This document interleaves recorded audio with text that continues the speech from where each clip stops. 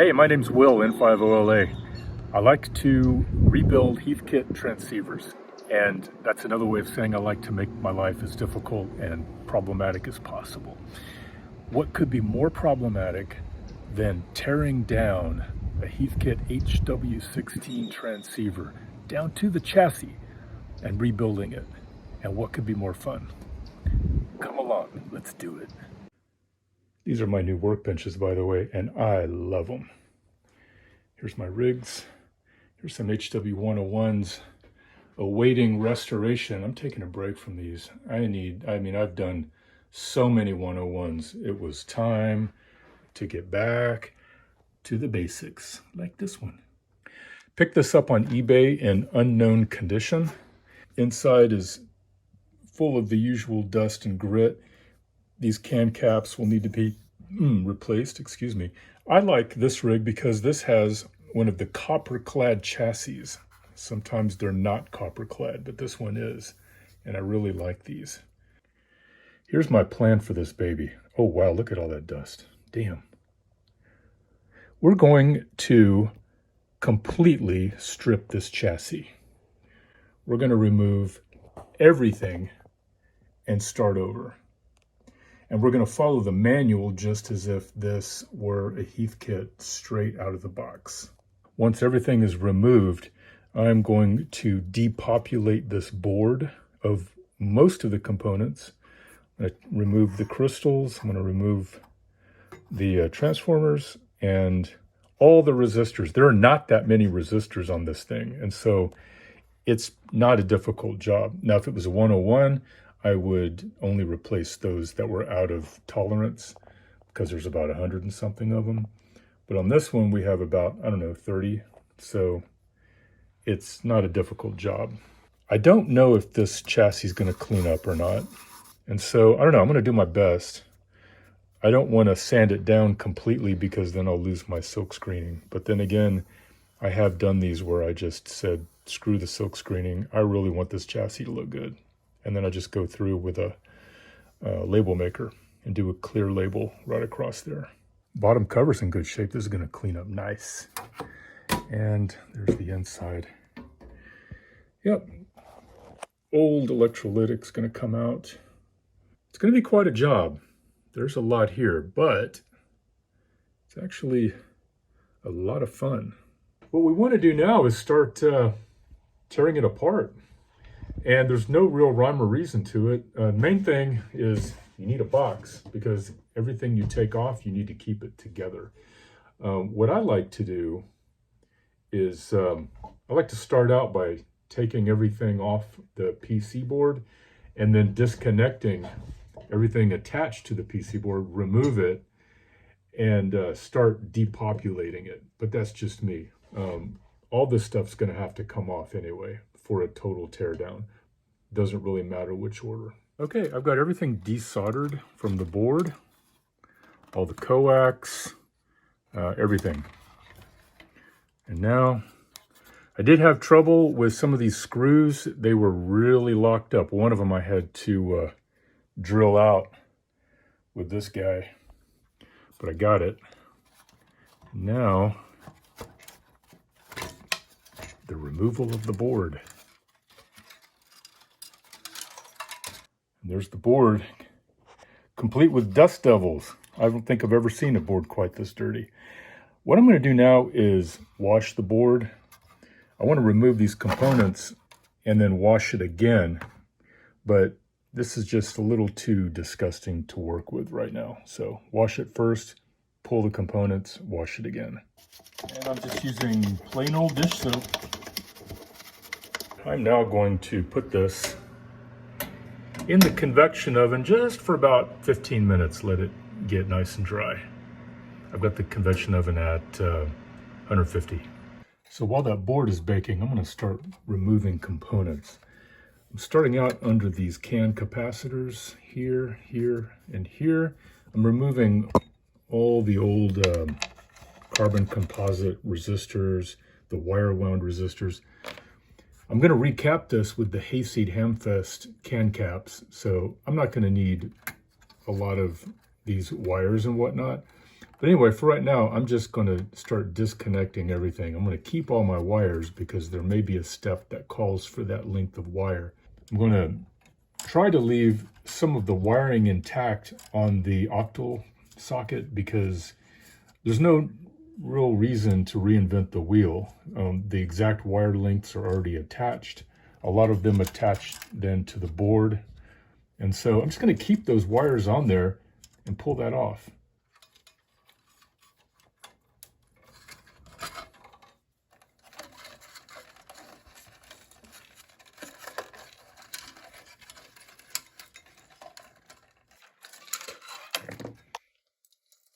There it is in the box. I'm going to get that transformer off of there. It's heavy, it's cumbersome, and it needs to come out.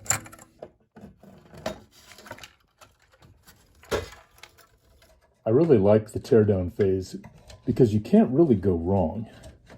You're just disassembling. You're taking this thing back to the bare bones. Now when you reassemble, that's where the tricky stuff comes in. That's where you can make wiring mistakes and find bad components and whatnot, but this part's fun, and it's really cool to see this when it's a carcass.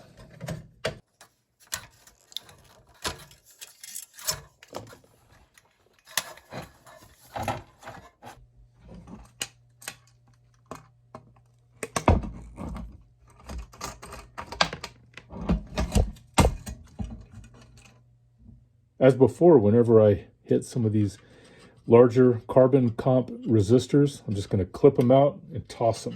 I'm going to replace these. Now I'm getting into some close work where I need to desolder things like these micas from the tuning coils and so on. Don't want to just clip them. Almost there.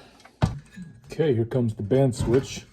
I left all the black wires hanging on it for later connection. So the purpose of the total teardown was so we can give this a total cleanup. I don't know how well this is going to clean up. It's pretty bad. Some of this may just be on the surface. Some of it may be down to the sheet metal. I don't know. We're going to find out. I'll start out by putting it in the sink. Give it a good sink scrub, and then maybe hit it with some various cleansers, starting with something mild like gunk remover, and then moving up to like Brasso. And by the way, I kept a lot of these components under the tube sockets intact whenever I could, only because these pins, these terminals on the tube sockets, they can be rather fragile. And if the builder decided to get a really good mechanical connection and wrap the lead round and round, it's going to be very hard to get it off. Well, here's the end result, and it's not great. It's a lot better, it's a lot cleaner, but it's still really pitted in places and corroded. There's only one thing I can think of, and that's just to sand it down and paint it with metallic copper paint, and then apply some decals. I've never done decals before. This is going to be a first. Let's see if it works. Here's that board, a whole lot cleaner. What I'm going to do now is go through and remove all the carbon comp resistors. I'm going to remove that electrolytic capacitor.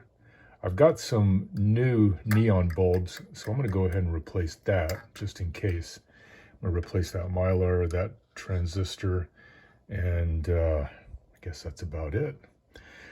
To do that, I've got a dental pick, and I'm going to hook in on one side and then flip the board around and find the corresponding solder points on the X-ray view. Heat up the pad, pulling on this side with my dental pick, and pull them out. This will probably take about 45 minutes. By the way, here's a fun fact. If you've got a bright light behind your board and it's elevated like this, you don't even have to look at the X-ray view. I just find the lead that I want to pull out, locate the shadow of the soldering iron, heat up that solder pad, and pull it. It took about half an hour, not too bad. Now I'm going to go back and clean this again because I've got all these parts removed and now I've got better access to all the dust and dirt. That is a thing of beauty. Now let's populate it. And about an hour later, there is the completed board. Got a new neon bulb there because these have a way of going gassy. There's a new electrolytic. More modern polymer capacitor there. And new transistor. I've seen these go bad quite a bit, so I always replace those. Did not replace the capacitors. The resistors are generally 1 watt now. I like to upgrade them. It's not essential, but that's it. That board is done. Only one thing we can really do.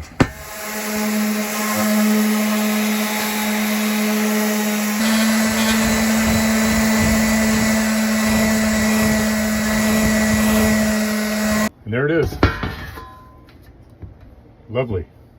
But I can't sand that enough to get rid of that pitting.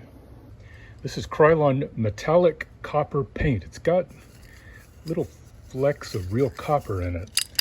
And while it will not provide a good chassis ground, I can go back after it's dry and just sand out the areas where I want a good ground connection.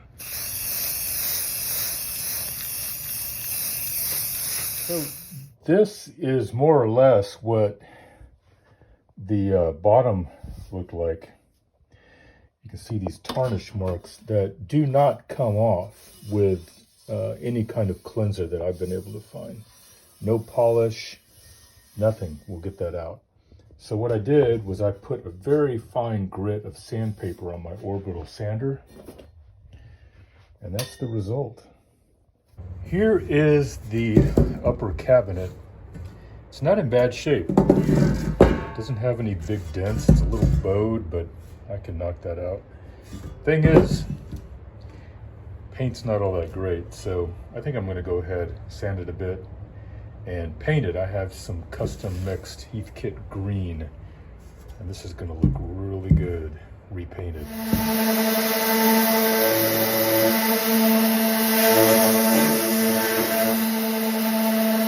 And by the way, check out how much better it looks with one fine sanding. You know, if I didn't have any paint, I would just sand it and leave it like that, because that is almost good enough. But we're going to take it to the next level. Yeah, that's really interesting. You get that top layer of grime off of there and shoot it with a clear coat. That wouldn't be so bad. I mean, it's going to be better with paint, but yeah. I do have many cans of this Heathkit paint, and yes, I do sell it. So there's our finished chassis. That's the old chassis, the copper-clad, and that's the new. I like it, but we've painted over all our screw holes, and that's where we get our ground contact to chassis. So I'm going to go through with a rotary tool similar to a Dremel, and I'm going to just lightly sand out each screw hole or anywhere that I think we might need to establish ground contact with the chassis. And by the way, a lot of the ground contacts happen on the underside of the chassis, which is why I didn't paint the underside of the chassis. As for that missing silk screening on the back, this is koala decal material. I've got the kind for a laser printer, and I'm going to replicate the print on the back of the rig in Photoshop. This is what happens if you do it on a label maker like I did one time. I'm going to take this off. When you move the light around, you see how it's really obvious that that's label maker material. And also it's the wrong font. We don't want to do that. We're going to do it right. Look what I've got. Decals.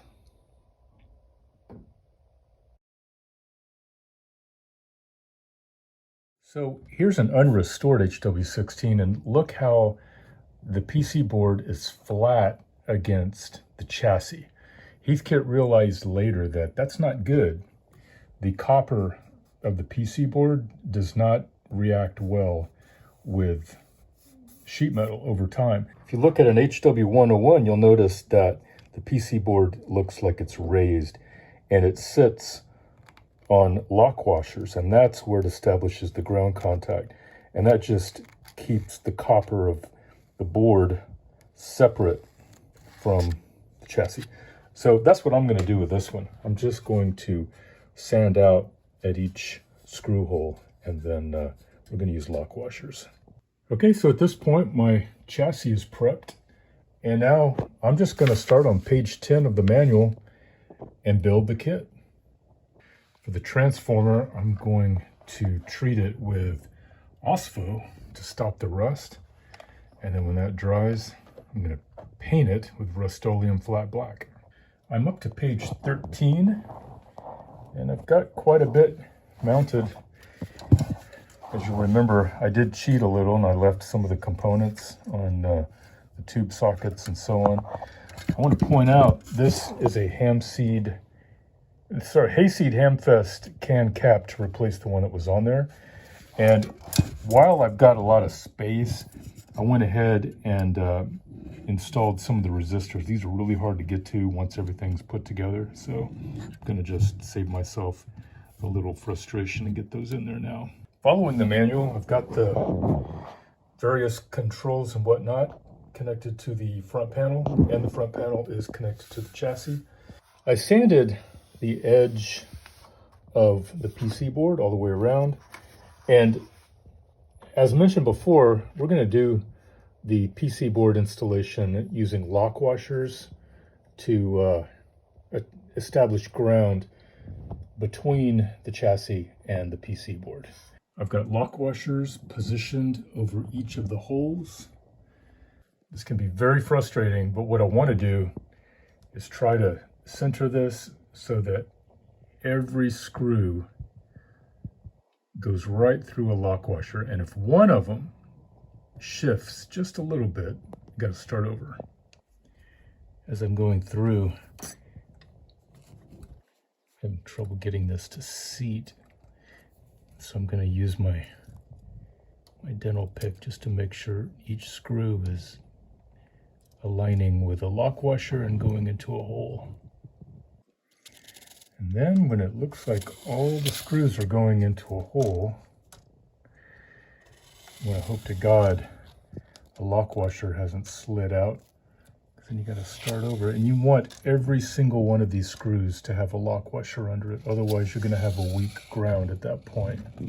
You don't want that. These rigs have a tendency to hum quite a bit if they're not properly grounded, so if the board's not properly grounded. So I think we're good. And I'm going to tip the rig over. I'm going to hold this down, tip it over, and see if any lock washers slide out. And again, I want to be really careful not to let this PC board come loose. Don't want to go through that again. So I started out by screwing down the four corners. And with that accomplished, I can now go through and set my lock washers and the nuts. And by the way, you should really have one of these nut drivers. The original Heathkits came with these. I managed to find some online. They're not much, they're like $3 each. Okay, I got all my screws started. I ripped off the tape. Now I'm just going to go in and get these nice and tight. Time now to install the dial assembly and the variable capacitor. However, this thing is really yellow and kind of incompatible with this sparkly new radio that we're putting together. I happened to find one of these on eBay, and I think it would make a world of difference. Here comes the RF shield, and I'm doing it the same way. I tape down the screw heads. I'm going to set it in place, flip it over, attach the screws. Now I'm up to page 21 in the manual. All the chassis wiring on the top side has been completed. I did not have a brown wire to put here, so I had to go with yellow. The one that was on there, the builder scorched it up pretty good with a soldering iron half a century ago. Now we're going to turn our attention to the underside of the chassis. The top is just about done. You may ask, what about those two holes? Well, I've got some plastic caps on order. Let's hope they fit. And there's the installed transformer. That's the next step in the manual. And I went in and attached the various wires where they need to go. I'm not soldering anything yet. This is where I just start attaching stuff and installing stuff and following the manual. It's not all that exciting, so I'm not going to video all of it. But I'll come back at strategic points, huh? I'm now on page 25 of the manual, installing a lot of wires on the underside of the chassis. For this step, I'm using a lot of new hookup wire. I got these on Amazon. They're 20 gauge. It's a little thicker than what came with the kit originally, but looks a lot better. And honestly, a lot of my wiring was eaten up with solder burns, so I just thought I'd get rid of it and start with something fresh.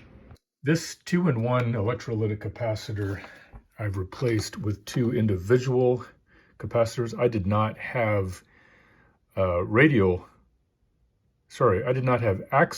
capacitors to go here, so I use these radial capacitors. They work fine. Another point I want to make, the resistors back in the day were longer. They were able to go from this terminal strip to this one. The new resistors are not quite long enough, and so I have them on little extenders at the bottom. They look kind of funny, but you got to do what you got to do. Time for the power cord, and I'm going to use this one. This is something I got on eBay for about $4. You really need a 3-prong grounded power cord. So what I do is I get these and I just nip off the end and use it. It's kind of a budget option, but nice heavy wires.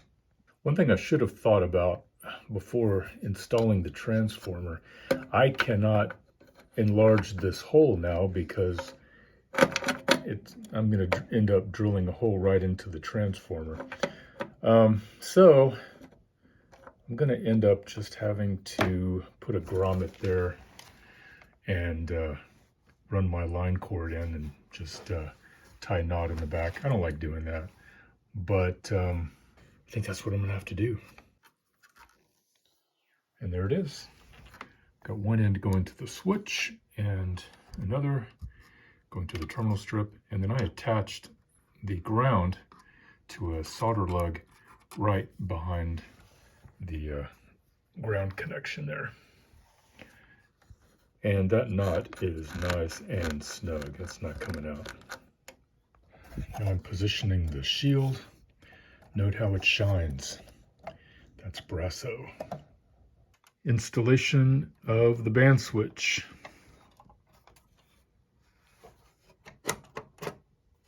Making sure to get it oriented just exactly the way it was before. Band switch is installed. Now time to reconnect all these little black wires. Here it is with the Hayseed Hamfest recap kit. We've got a can cap here and 2 electrolytics here, and then a variety of new resistors and whatnot. This is probably the most challenging part of the entire venture right there, because you've got so many points of contact here on these 4 lugs of the can cap. So now, having gotten everything soldered, I'm going through just making sure everything is nice and solid. Well, that's it. That concludes the rewiring of the underside of the chassis. I'm going to go to each pictorial and check off every single point on every single pictorial and make sure I did everything correctly. And at the same time, I'm going to check every solder point, make sure it's nice and strong, make sure, especially at points where there are multiple leads going into the same terminal, making sure that The solder has reached every single wire and lead. I don't want to have to come back and have major problems later. I will have problems. I know there's going to be problems. Something's not going to work, but this will really help speed up the troubleshooting process. Found my first error. Right here, these two capacitors, there's a mica and a ceramic capacitor, and they go from this point of the coil to that point, and then they go to ground. Well, I didn't ground them. In fact, I left that ground lug with nothing on it. So yeah, that's what we're looking for. Also want to look for things that are touching that shouldn't be touching. This wire coming from the variable capacitor, it's not touching the body of the capacitor, but it's damn close. I want to move it out of the way. I cleaned off all my tubes, taking care not to rub off any lettering. And now I'm going to run each of them through the tube checker. Tubes are installed. I still need to clean my knobs, but I can't wait to turn this on and see what happens. And I'm afraid of it, and I'm excited about it. I just got to do it. There's probably going to be smoke. Let's see. Terrifying.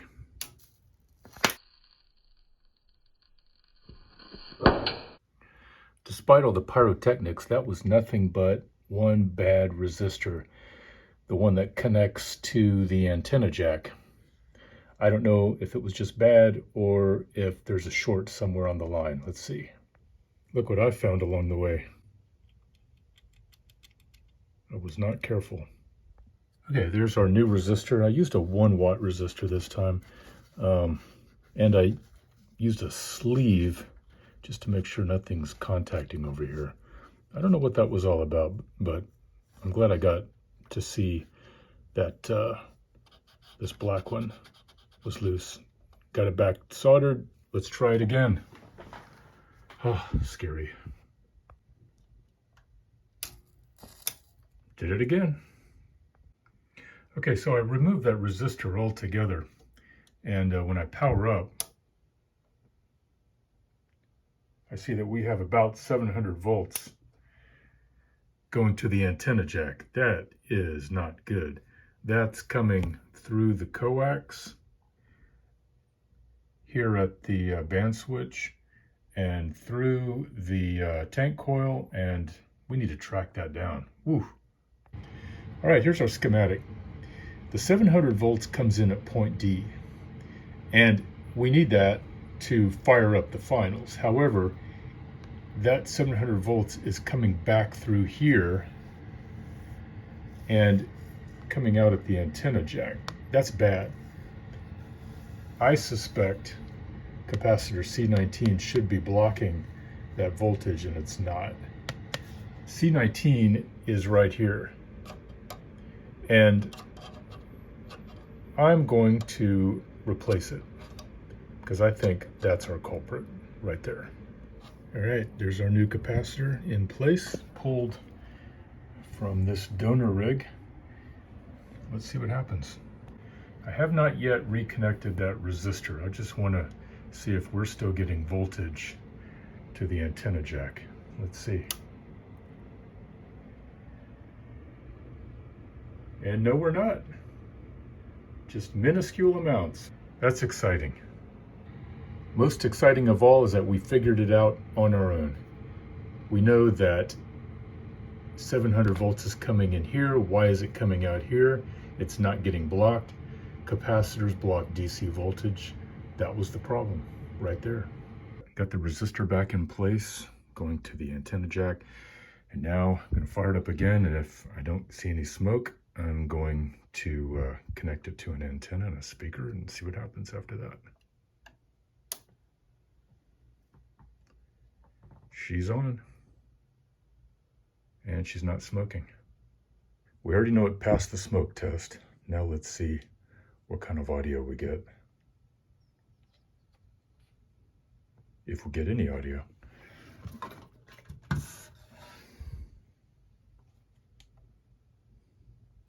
I'm going to check my tubes, make sure they're all properly seated. Might have some gritty tube sockets in here. I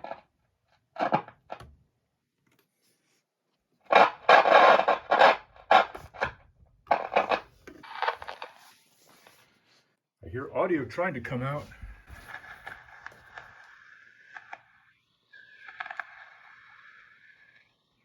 It's struggling.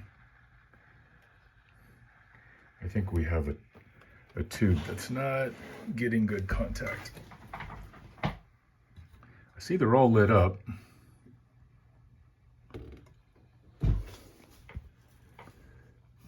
Except for this one. Got something happening right here. I just touched it.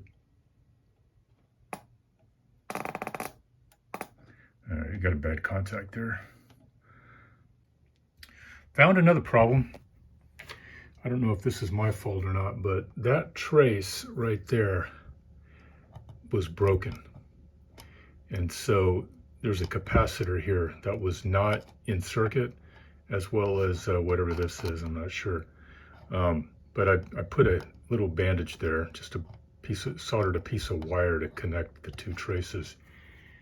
And now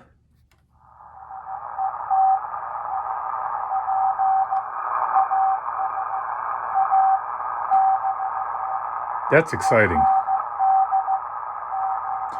I do need to put it through the alignment process and so on. I've got to, I think I'm going to put a hose clamp on this because I can't get this thing to turn. This is not very impressed with the engineering on that, but I guess back in the day it worked. Quick update, clean knobs, and a functioning receiver. Not just functioning, it sounds great. Listen to that.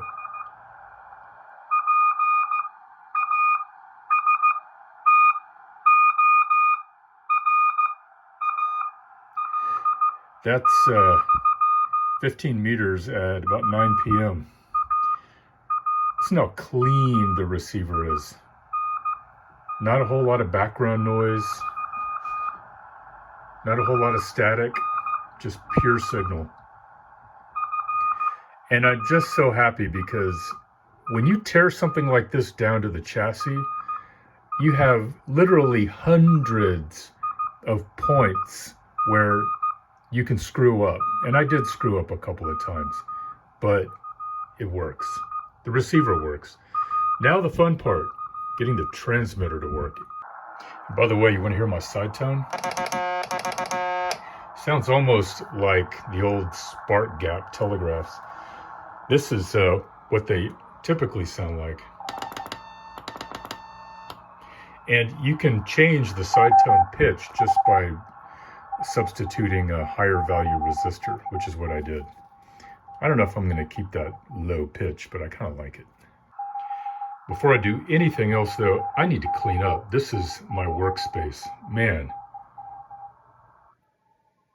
Terrible, shameful. Here's the other side. Awful. Never try to work in this sort of environment. It's just so conducive to screwing up.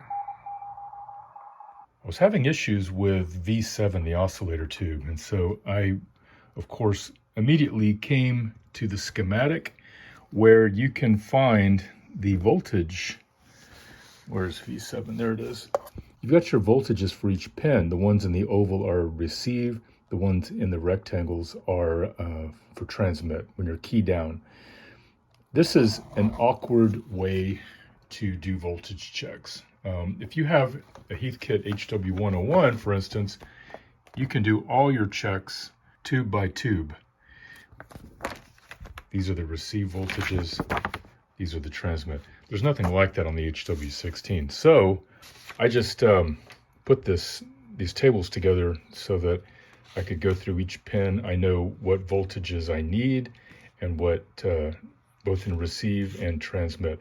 I think at some point, I'm going to put one of these diagrams together for the HW-16 so that you can just go through tube by tube and do all your voltage checks at one time. But anyway, right down here is where I was having my problem, and I'll show you what the issue was. You see how the center pin, it has a lead that goes up to the ground lug on that screw above it. Well, that ground wire wasn't there. I screwed up. Once I grounded that center pin, my oscillator came alive, and I'm going to show you. And mind you, this is before I've even done any aligning, but starting with 21 megahertz, I got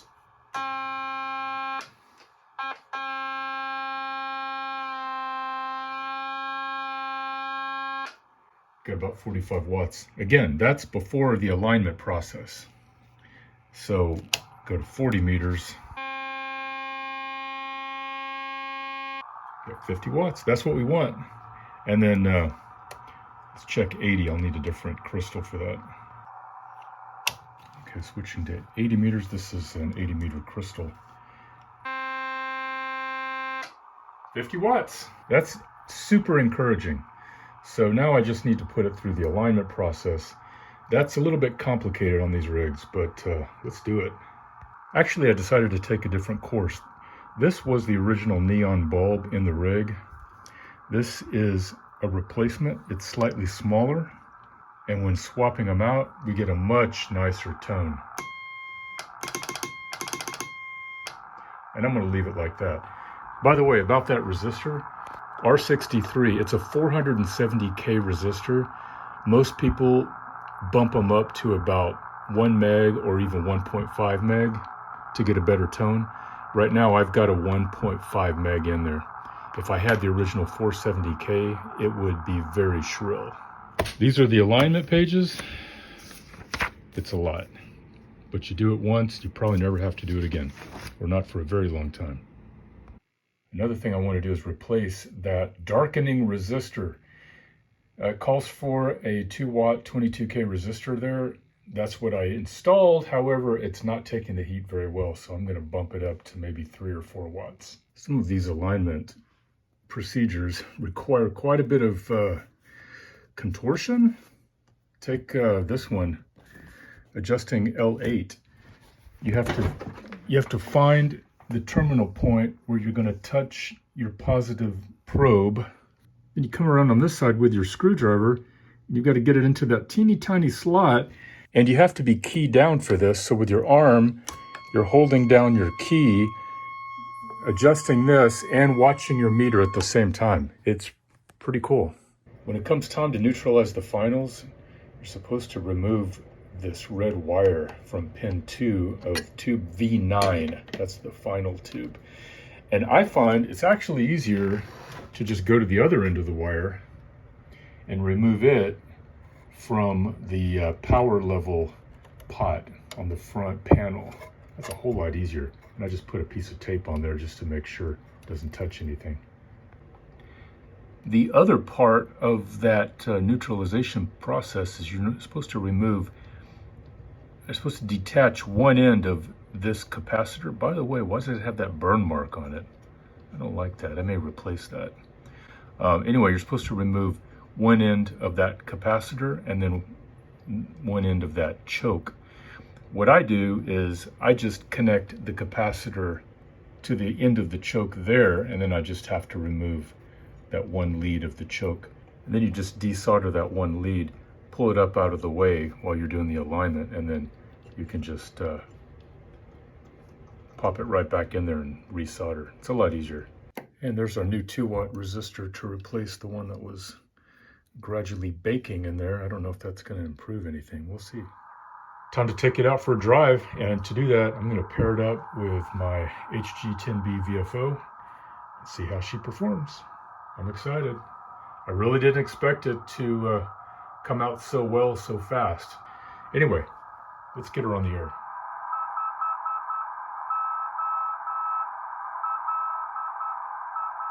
First QSO.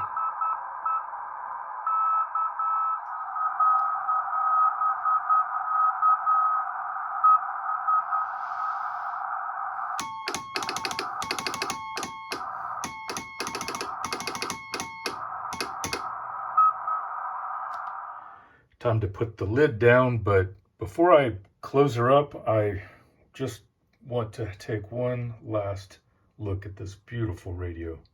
Here's that cabinet again.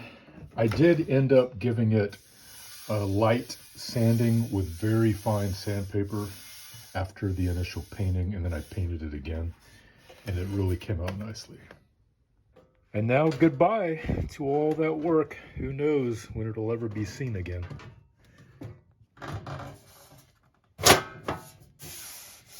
Well, that was fun most of the time. We had some challenges at the end, did a little bit of troubleshooting. That's always fun. Really rewarding when you can figure out your own mistakes, find your own solutions. I think we saved a lot of time at the end because at the beginning we took time to replace all those resistors. We did good grounding on the PC board, and then double checking everything in the pictorial. That's really important. It really saves a lot of stupid troubleshooting at the end when you've made a lot of dumb mistakes. So will I do another one anytime soon? No, I don't think so. But I will someday. And I'm not going to do anything right now until I clean up this shack. So 73.